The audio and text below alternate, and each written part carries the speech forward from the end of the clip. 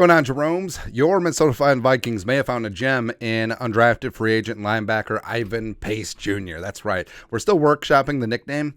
They're all Russian adjacent. Ivan the Terrible, Crazy Ivan, the submarine maneuver, or Ivan Drago Pace Jr. I don't know. We'll work on it. But the pride of Cincinnati was fantastic last year for Luke Fickell's Bearcats, and he was a force on defense, 9.5 sacks, AAC Defensive Player of the Year, first-team All-American, and he would have gotten drafted if it wasn't for the NFL's bias against short linebackers. But, I mean, the league's loss is the Vikings' gain, but also the Vikings didn't draft him either.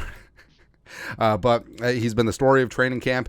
He was very easily Mr. Mankato / the Earl of Egan. And his NFL debut was pretty damn fantastic.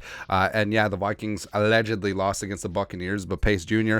solidified himself on the field, and he needs to be starting full time. And that's exactly what he basically was yesterday, or Sunday.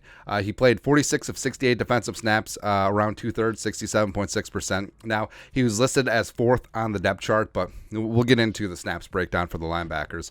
His 75 PFF grade was 2nd on the team, 8 tackles, which was 2nd on the team behind Cam Beasley, tied for the team lead with 6 solo tackles, was really damn good.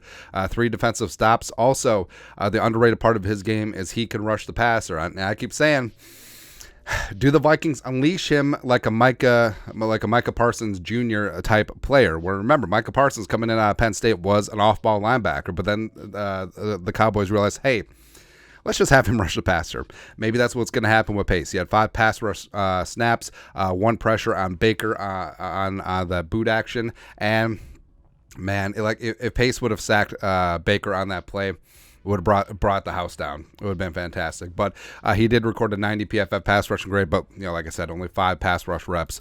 And yeah, he's going to get some criticism for that 3rd and 2 play late in the game where Baker had the sideline. Danielle Hunter got held by the tight end, by the way, but no big deal. Apparently, it's not illegal to hold 99 in 2023.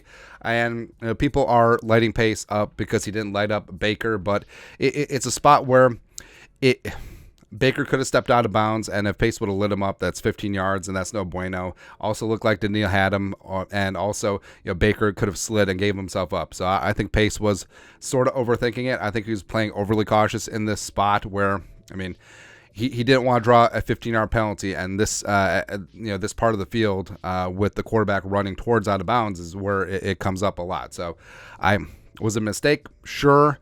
Do you understand it? Sure, but in the moment, just wasn't great. But also, it shouldn't take away from a fantastic debut for Pace Jr. And for the linebacker snaps, so Vikings defense played 68 total snaps. Jordan Hicks is on the field for 66 of them.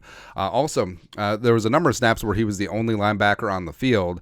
Josh Metellus playing that second de facto linebacker, and the Vikings were in a modified dime. But Hicks, the clear leader out there, the man in the middle, played himself a pretty damn good game as well. And then it was Pace. And, Asamoah was listed as a starter, but only played 2 defensive snaps. Troy Dye played 2 defensive snaps as well. But also, Dye was basically lined up as edge rusher, which was super interesting, and yet another look and wrinkle from Brian Flores. But with Asamoah, I do believe the reports where his shoulder issue may be a little bit more serious than is being led on, where it's not as bad where it'll show up on the injury report, but also I think that it's a combination of things where the shoulder's bothering Asamoah, as well as Pace Jr. is just too good to leave off the field. And I think that's what's going to continue going forward. Plus, on Thursday night, Jalen Hurts and his running ability, it's a big-time deal. And, given Pace and his instincts and ability to get after the quarterback as well as his speed, I think that it would make sense for him to be used as a bit of a quarterback spy in this defense. But even though it's a short week, I'm sure Flores has got something cooking for the Eagles and the Vikings.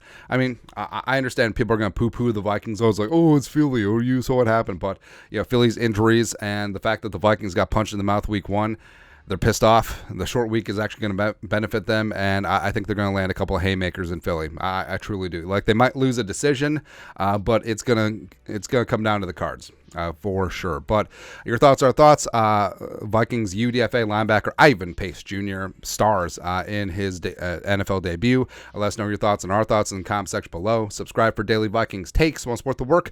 Put a little something in the Venmo. But till next time, Skol production value.